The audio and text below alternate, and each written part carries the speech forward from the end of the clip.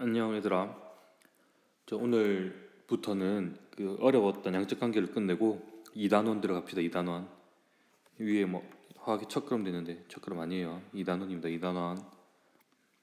2단원은 쉬워요. 그 양적 관계 했던 좌절감을 어느 정도 좀 극복을 할 수 있을 거라 생각을 하고 2단원은 근데 대신 좀 외워야 될 게 있어요. 외워야 되는 포인트마다 선생님이 설명을 해줄 테니까 잘 배울 수 있도록 합니다. 2단원의 절반 정도까지가 이 현대의 원자 모형까지입니다. 여기까지가 시험 범위예요. 한 4시간 정도 수업하면 끝나니까 그 시험 전에 문제도 좀 다양한 문제도 풀어보고 그렇게 합시다. 그 쌤이랑 이제 공부를 하다 보면 이거는 이렇게 외우는 게 제일 좋아요 라고 단호하게 얘기할 때가 있어요. 뭐 주기율표를 외운다든지 하는데 지금 배우는 게 어떤 거냐면 그 원자의 모형에 대해서 보는 거야. 원자 모형. 그 원자 모형이라는 게 원자를 발견해 나가는 과정이란 말이야. 처음에는 이렇게 옛날에 너희들 중학교 때 배웠던 뭐 돌턴의 원자 모형, 원자설 이런 것처럼 돌턴부터 시작해가지고 그 돌턴의 모형이 옳았던 게 아니죠. 옳았던 게 아니었습니다. 그래서 그 이후에 톰슨이라는 사람, 그리고 러더퍼드라는 사람, 그리고 보어라는 사람, 그리고 이제 현대의 원자 모형까지 해가지고 모형이 바뀌어요. 이 바뀌는 부분, 이 순서를 딱 외우는 게 좋아요. 제일 처음에 톰슨, 러더퍼드, 보어, 현대모형 이렇게 순서를 외우는 게 좋습니다. 그래서 오늘은 톰슨하고 러더퍼드만 볼 거고요. 다음 시간에는 이제 뭐 중성자, 그 다음에 그 양성자 발견했던 실험, 그 다음에 보어 모형, 현대 모형 할 건데 가장 중요한 거는 보어 모형이 가장 중요해요. 여러분들 모의고사라든지 수능에는 무조건 나올 겁니다. 모의고사나 수능에는 무조건 나올 거고요. 톰슨하고 러더퍼드는 이제 나올 유형은 거의 없어요. 다 기출이에요. 기출. 기존에 나왔던 것만 해결할 수 있으면 톰슨하고 러더퍼드는 어렵지가 않아요. 진짜 쉬워. 근데 보어가 제일 어려워요. 현대 원자 모형은 한 2번 치면 1번 정도 나오는 빈도로 나올 겁니다. 그래서 오늘은 그 맛보기로 톰슨의 원자를 모형을 발견해 나가는 과정, 러더퍼드가 원자 모형을 발견해 나가는 과정, 요거를 한번 보겠습니다. 톰슨은 전자를 발견했어요. 톰슨은 전자를 발견했고요. 이 전자를 발견했는데 이 전자를 발견한 실험의 이름이 음극선 실험이라 그래요. 톰슨의 음극선 실험. 이렇게 외워야 돼요. 외워야 된다고 하는 부분은 외우세요. 선생님 하라는 대로. 전자는 톰슨이 발견했고 발견한 실험 이름은 음극선 실험이에요. 음극선 실험. 음극선이 뭐냐? 이렇게 오른쪽에 보이는 그림처럼 어떠한 진공관을 만들어요. 진공의 방정관에 높은 전압을 걸어주면 여기 마이너스 극에서 플러스 극으로 선이 쫙 나가. 이렇게 신기한 거야. 과연 이 선은 뭔가? 이 선이 궁금해가지고 톰슨이라는 사람이 아주 다양한 실험을 해요. 이 보면 이 그림만 조금 확대시켜 볼게요. 여기 보면 여기 음극이 있고요, 마이너스 극이 있고 플러스 극이 있어요. 그래서 여기에다 높은 전압을 걸어주니까 여기서 마이너스 극에서 어떠한 선이 쫙 나가더라는 거지. 이해됩니까? 그러니까 왜 이런 실험을 했을까? 옛날 사람들은 이게 뭐 어떠한 기체, 어떠한 물질에 대해서 잘 모르던 상황이었잖아요.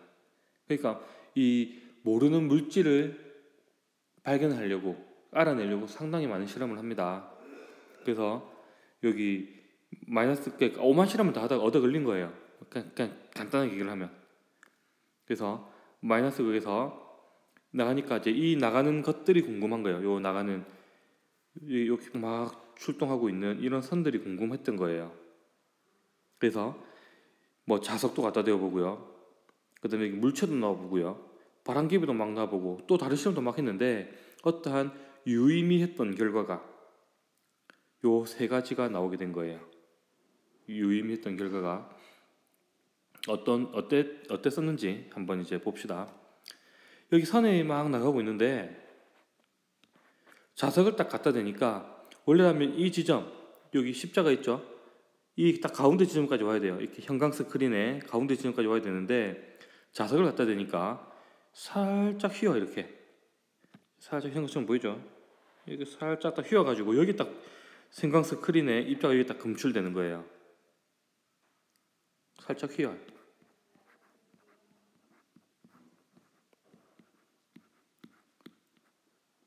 흰다.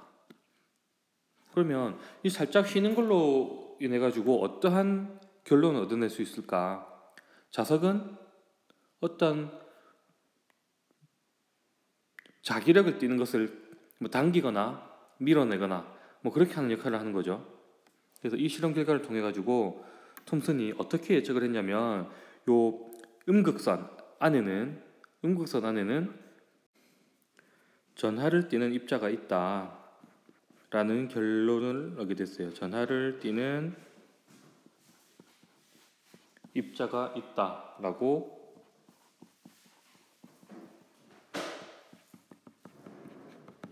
발견한 거예요. 전하를 띠는 입자가 있다. 왜냐면 자석을 좀 갖다 대었으니까 음극선이 이렇게 휘어버렸죠. 자석을 갖다 대니까 휘었으니까 자석에 반응할 수 있는 어떠한 입자라고 하는 거는 마이너스나 플러스 같은 전하를 띠는 입자가 있다라는 사실을 도출할 수밖에 없죠. 어디 자석이 있어요. 선생님 막 뛰어가요. 선생님 자석에 끌려가나? 안 끌려가잖아. 왜? 선생님 전하를 띠는 입자가 아니니까. 그런데 어떤 입자가 막 운동을 하고 있었는데 자석을 딱 갖다 댔어요. 그럼 자석에 의해 가지고 운동 방향이 휘어버리는 거는 어떻게 설명할 수 있을까요? 전하를 띠는 입자가 있기 때문에 그러는 거죠. 그래서 S극을 갖다 대면 땡겨오고요. 여기가 만약에 N극의 자석을 갖다 대면 입자가 이렇게 위로 이렇게 휘어요. 그래서 이 전하를 띠는 입자가 있는데 이거는 마이너스 극을 의미를 하는 거고요. 되겠죠? 두 번째 실험 봅시다. 직진을 하고 있는 이 음극선이 음극선 가고 있는데 이 가운데 어떤 물체를 놔둔 거예요.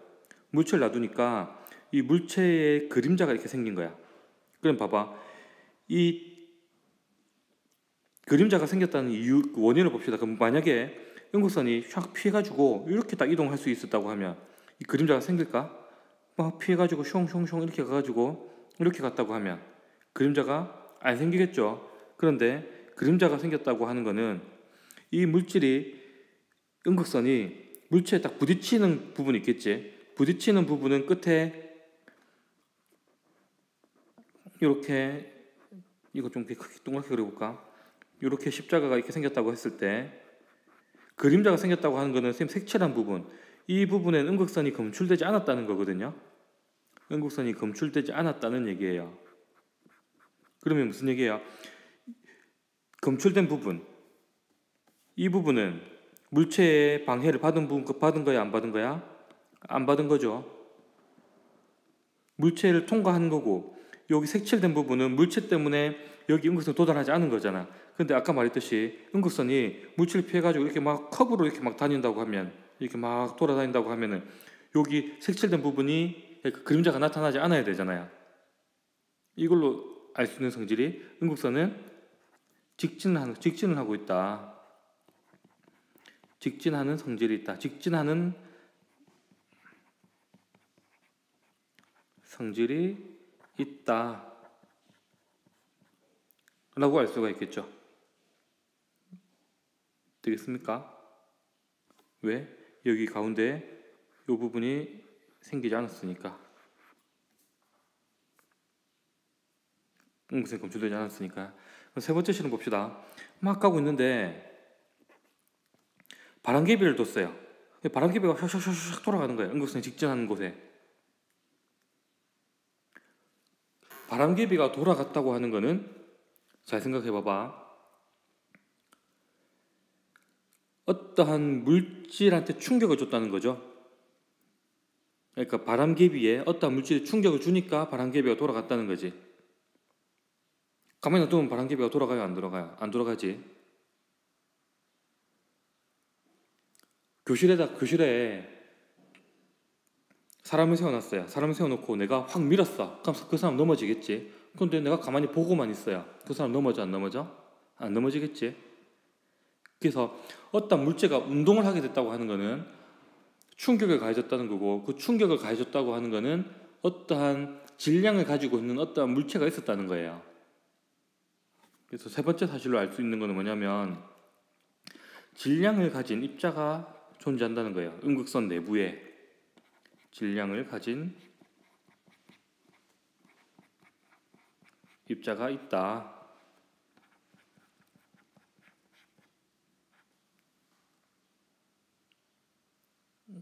되겠니? 당연히 질량을 가진 어떤 물체가 꽝 때리니까 충격량에 의해 가지고 어떤 운동을 하게 되는 거죠. 그래서 첫 번째 결과, 요 첫 번째라고 하면 제일 위에 거를 첫 번째 결과를 가지고 이 톰슨이 생각을 한 거죠. 이 음극선에는 전하성을 띠는 물질이 있고, 그 다음에 직진하려는 성질이 있고, 그 다음에 질량을 가진 입자가 있어가지고 입자성이라 그래요. 요 세 가지의 성질을 발견해낸 거예요. 음극선이라고 하는 거는 이렇게 막 전하를 띠고 있는, 마이너스 전하를 띠고 있는 입자가 있고요. 그 다음에 막 직진을 하려고 하는 성질이 있고, 그 다음에 어떠한 질량을 가지고 있는 입자성을 가지고 있는 성질이 있다. 그래서 요 세 개를 바탕으로 해가지고 톰슨이 저 세 가지 성질을 가지고 있는 것을 뭐라고 부를까 하다가 전자라고 하는 게 어떠냐, 전자라고 처음 이름을 적은 거예요. 어떠한 입자를 발견했는데 이 입자의 성질이 요 세 가지를 뜻하는 거예요. 전하를 띠고 있고, 직진하려고 하고, 입자성을 가지고 있고. 이해됐죠? 그래서 그 입자를 생각해낸 거예요. 생각을 해냈는데 그 아래 보는 톰슨의 모형을 보면 요 마이너스 요거를 발견해낸 거예요. 요거 마이너스라는 입자가 원자 내부에 통통통통통 이렇게 박혀 있을 거라고 생각을 한 거예요. 우리 아이스크림 보면 푸딩 있지, 푸딩. 그래서 얘를 푸딩 모형이라 그래요. 푸딩처럼 마이너스의 입자가 박혀 있을 것이다. 원자 내부에. 전자를 발견한 거예요. 전자를 발견했는데 이 푸딩 모형이 한계점이 있겠지. 푸딩 모형이 설명하지 못하는 부분이 있을 거예요. 그것 때문에 러더퍼드 모형이 나온 거겠죠. 그 한계점이 뭔지 살펴보면 여기 이 존재. 톰슨은 뭐라고 설명을 했냐면 플러스 입자는 퍼져 있을 거라고 생각했어요. 입자 원자 내부에 플러스 입자가 쫙 퍼져 있고 마이너스가 땅땅땅땅 박혀 있을 거라고 생각을 했거든요. 실제는 아니었죠. 푸딩 모형은 톰슨의 모형의 한계점은 플러스 전하를 설명하지가 못해요.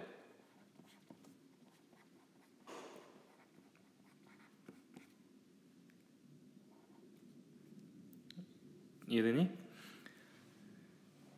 톰슨은 전자는 발견했는데 이 전자 안에 포함되어 전자를 발견했지만 원자 안에 들어있는 플러스에 대해서는 뭔가 설명을 하지 못하고 두루뭉실하게 넘어가 버려요. 플러스는 이 구름처럼 쫙 깔려 있을 거고 그 구름처럼 깔려 있는 곳에 마이너스가 땅땅땅땅 박혀 있을 것이다 라고 생각을 한 거야. 틀렸죠? 그래서 이 플러스 전하를 설명하기 위해서 러더퍼드의 모형이 나오는 거예요. 요거 때문에. 그러니까 이 전자에 대해서는 모든 사람이 다 인정을 한 거야. 그래, 전자는 저런 성질이 있겠구나. 그런데 플러스가 그냥 저렇게 있지는 않을 것 같은데? 라고 생각을 한 거예요. 이해되겠죠? 러더퍼드 모형 봅시다. 러더퍼드는 원자핵을 발견했어요. 전자는 누가? 톰슨이. 러더퍼드는 원자핵. 그래서 러더퍼드의 알파 입자 산란 실험을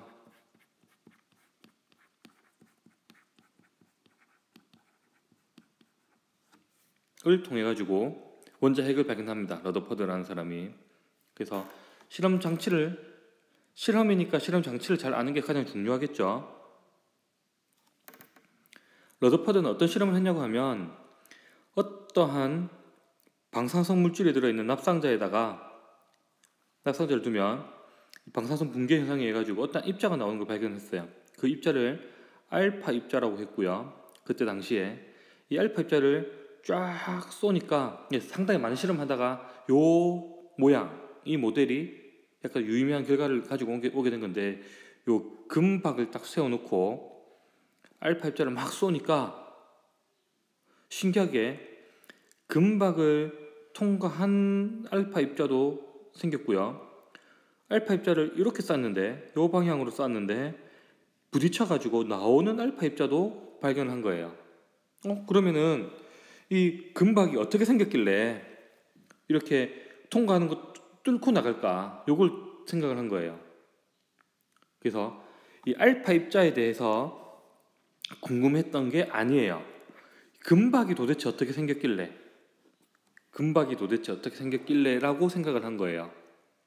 그래서 실험 이름이 러더퍼드의 알파 입자 산란 실험이라고 해가지고 알파 입자에 초점 맞추면 안 돼요. 러더퍼드의 알파 입자 산란 실험에서의 핵심은 금박이에요. 금박. 우리 은박지 하지. 은박지는 은으로 만들어진 아주 얇은 종이를 은박지라고 하죠. 은박. 금박은 당연히 금이지. 금을 가지고 실험을 한 거예요. 그래서 유의미한 결과를 만들어냈고. 봅시다. 도대체 어떻게 됐을까? 됐길래 제일 처음에 톰슨의 모형을 가지고 했을 때는 요 파란 거는 전자를 뜻하는 거예요. 전자가 막 있고 알파 입자는 헬륨, 이가, 양이온, 그러니까 플러스 전하를 띠는 입자인 거는 알고 있었어요. 헬륨, 이가, 양이온이니까 양이온이니까 플러스 입자지. 얘를 가지고 막 쏘면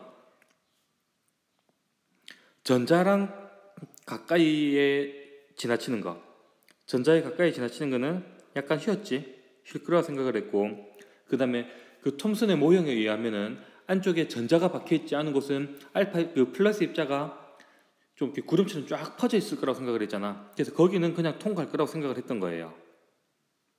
톰슨의 모형으로 실험을 예측을 하고 하니까. 그런데 실제는 이렇게 많이 휘어지는 것도 생기고 튕겨져 나온 것도 생겼어요. 그러니까 이 튕기게 할 정도로 어떠한 입자가 또 원자 안에 있구나라고 생각을 하게 된 거야. 다시 한번 말할게요. 이렇게 튕겨낼 정도로 또는 크게 휠 정도로 알파 입자를 휘게 만들고 튕기게 만들 정도로 하는 어떠한 입자가 원자 내부에 존재할 거다 라고 생각을 한 거예요. 이 벽이 금박이에요. 금박. 요 벽이 금박이고, 금박이니까 금 원자가 들어있었겠죠. 금 원자가 들어있었을 거고, 이 실험을 좀 이렇게 쌤 나름대로 이렇게 재구성을 한번 해볼게. 요렇게 금박이 있고 여기에 이렇게 막 스크린을 해놨어요. 위에 그림 보이죠? 여기에 스크린을 요렇게 막 쌓아놓은 돌려놓고 여기에 알파 입자를 알파 입자를 막 보내니까 톰슨의 모형이었다고 하면은 대부분이 다 여기 이 부분에서 검출이 되어야 돼. 왜냐면 모든 입자는 알파 입자가 막 직진을 할 거라고 생각을 했으니까. 그런데 실제는 그렇게 되지 않았다는 거죠. 대부분 알파 입자가 여기에 막 검출이 되긴 해요. 이렇게 알파 입자가 막 갈 거니까 알파 입자가 막 검출되고 갈 건데, 여기에도 조금 이렇게 직진에서 한참 벗어난 이 부분이 직진 방향이라고 하면 직진에서 벗어난 지점에서 알파 입자가 이렇게 막 나왔다는 거죠. 그리고 빈도가 많지는 않지만 이런 식으로 알파 입자를 맞고 튕겨져 나오는 알파 입자도 생겨났다는 거예요. 금박을 맞고. 그럼 이걸 가지고 한참 고민한 거야. 도대체 원자 내부에는 뭐가 들었길래 이럴 것이냐. 근데 봐봐. 요 실험 결과를 가지고 한번 봅시다. 여기에 지금 대부분 다 통과가 되었지. 대부분 통과되었다는 것은 알파 입자가 방해를 받았다는 거야, 받지 않았다는 거야? 운동 방향에 대해서 방해를 받지 않았다는 거지. 그러면 어떠한 입자가 지나가는데 방해를 주지 않았다고 하는 거는 영향을 안 끼쳤다는 거고, 그러면 이 원자 내부에는, 여기 원자 내부에는 어떤 입자가 가득 차 있는 거예요? 아니면은 뭐 차 있지 않은 거야? 차 있지 않은 거지. 이걸 토대로 해가지고 이 부분을 통해서 이 원자 내부는 비어 있다 하면 되겠지. 원자 내부는 대부분 빈 공간으로 구성되어 있다.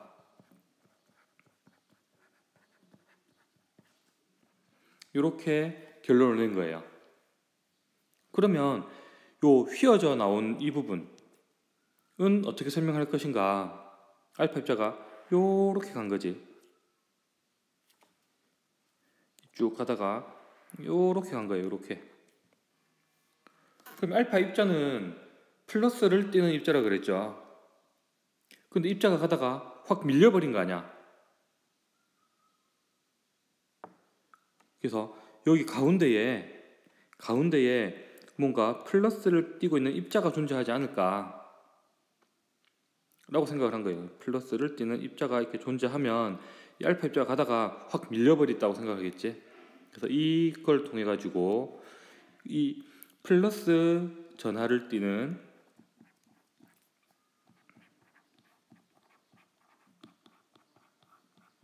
입자가 존재한다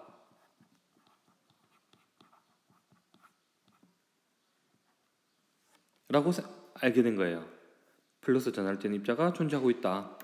그런데 이 부분 튕겨져 나온 거는 가다가 통 이렇게 튕겨 나온 거잖아. 그러다가 통 맞고 통 튕겨 나왔어. 이런 식으로. 얘는 뭘 뜻하느냐? 생각해 봐봐. 쌤이 이렇게 한가운데 서 있어요. 쌤이 한가운데 서 있는데 쌤은 이렇게 통통하지. 쌤이 이렇게 있는데 누군가 막 달려왔는데 나는 몸무게가 100kg야.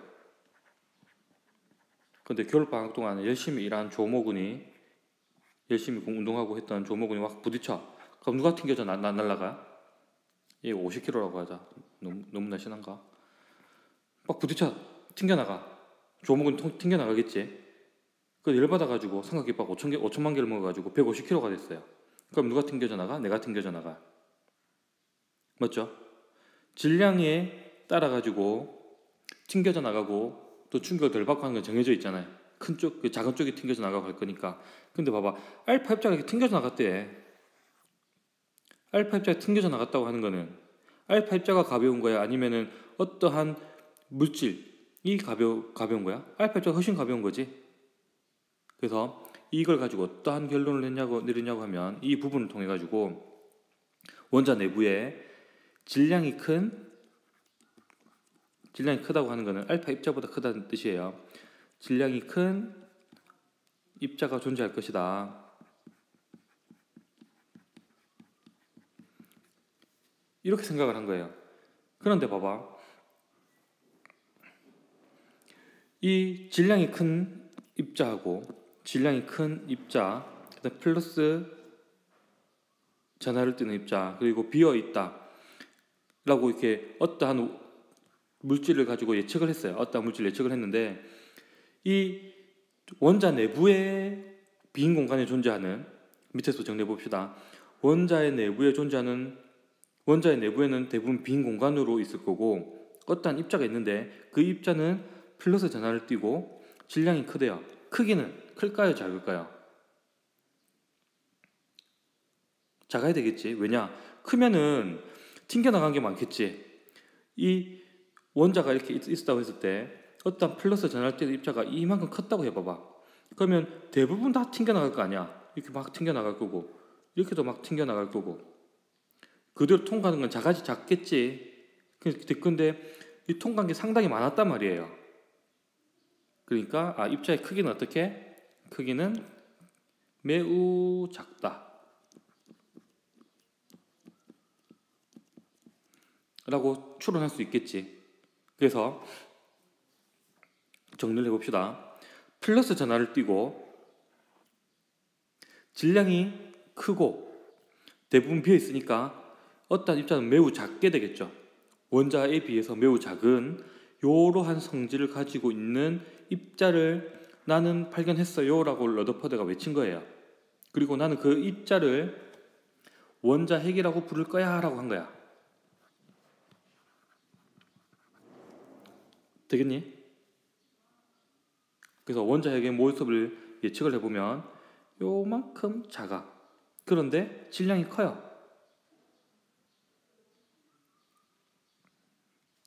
됐어? 그래서 정리를 한번 해봅시다. 수업 다 거의 다 끝나니까 조금만 힘내자. 요거를 형광막이라고 했죠. 그럼 형광막을 쫙 펼쳤다고 하면 이 형광막을 쫙 펼쳤다고 하면 요거 봅시다. 형광막을 펼쳐보면 알파 입자가 어떻게 분포할까? 가운데 많아야 돼? 끝에 많아야 돼? 가운데 많아야 돼. 여기에 엄청나게 많은 알파 입자가 이렇게 검출될 거고, 그 다음에 가운데 맞나? 알파 입자가 검출될 거고, 옆에는 약간 이런 식으로 약간 이렇게 될 거고, 마지막에 끝에는 아주 작게, 실제 가운데 더 많겠지. 이렇게 막 더 많을 거고, 이렇게 될 거라고. 됐죠? 그래서 이 가운데 부분을 설명할 수 있는 거 뭐야? 직진하더라가 아니라 대부분 비어 있으니까 알파 입자의 검수가 알파 입자가 많이 검출되었을 거다. 그 다음에 요 A 지점을 가지고 알 수 있는 건 뭐야? 휘었네. 근데 알파 입자가 플러스라고 했으니까 어떠한 원자 내부에 있는 어떠한 입자도 밀어냈을 것이다. 플러스 입자를 낄 것이다를 알 수 있을 것이고, 요 B 지점을 가지고 알 수 있는 건 뭐야? 튕겨져 나간 거죠. 알파 입자를 튕겨낼 만큼 질량이 큰 입자가 있을 것이다 라고 생각을 하고, 러더퍼드는 요 원자 핵 내부에 가운데에 플러스 입자를 띠고 있는 물질이 있을 것이고, 이 전자는, 톰슨이 발견한 전자는 이 원자 핵 주변을 막 돌아다니고 있을 거라고 생각을 한 거야. 그래서 러더퍼드는 원자 모형의 이름을 뭐 임의로 지정하고 그러지 않았으니까 이렇게 생겼을 것이다 라고 한 거예요. 그 러더퍼드 모형에서도 한계가 있겠지. 러더퍼드 모형에서는, 그러니까 지금 우리가 알고 있는 원자 모형이랑 상당히 유사한데 요 전자의 움직임에 대해서 설명하지 못했어요. 그냥 플러스 입자 주변에서 막 돌아다니고 있을 거라고 생각을 한 거예요. 왜냐하면 전자는 마이너스고 원자핵은 플러스니까 원자핵을 기준으로 해가지고 막 그냥 돌아다니고 있을 거라고 생각을 한 거예요. 실험을 생각해 봐봐. 이 실험을 통해 가지고 전자의 움직임에 대해 가지고 예측할 수가 있을까? 없어요. 그렇겠죠? 여기까지 수업입니다. 복습 간단하게 해봅시다. 톰슨의 원자 모형은 푸딩 모형이었고, 톰슨은 뭘 발견했죠? 전자. 되겠니? 러더퍼드는 어떤 실험? 알파 입자 산란 실험을 통해 가지고 발견해낸 것은 원자핵. 더 중요한 거는 러더퍼드의 원자 모형이 조금 더 중요해요. 중요하다고 하는 게 시험에 조금 더 잘 나온다는 뜻이야. 이해되겠죠? 궁금한 거 있으면 질문하고 수업 차분하게 잘 듣고 우리는 다음 주 화요일에 직접 만납시다. 다음 주 화요일은 수업 없죠? 오후에는 수업 없고 여러분 기숙사 입사하는 날입니다. 안녕.